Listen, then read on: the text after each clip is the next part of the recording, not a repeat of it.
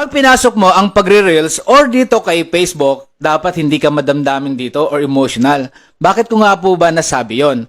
Napapansin niyo po ba, pag nandito na po kayo, madalas po kayo mag-post pero yung mga kamag-anak nyo or mga kaibigan nyo na malapit sa inyo, hindi po nila kayo susuportahan. Kadalasan, yung ibang tao pa, yung nakikita nyong sumusuporta talaga sa inyo. Bakit nga po ba? Kasi maiisip nila yon na baka sakaling in the future, malagpasan mo sila or masapawan mo sila. Pero okay lang po yon dahil dito po natin malalaman kung sino yung mga totoong tao sa paligid natin. Ang masakit nga lang yan, hindi ka na nga sinuportahan, sisiraan ka pa nila para nang nun mas malugmok ka at hindi ka umangat sa buhay. Hindi ko po nila lahat, pero sa Pilipinas, mga kapwa natin Pilipino minsan, ayaw talaga nila tayong umasenso. Ganun lang po kasimple yun. Pero kung ako sa'yo, mag-focus ka sa goal mo. Ipakita mo sa kanila na kaya mo talaga yon, anumang mangyari.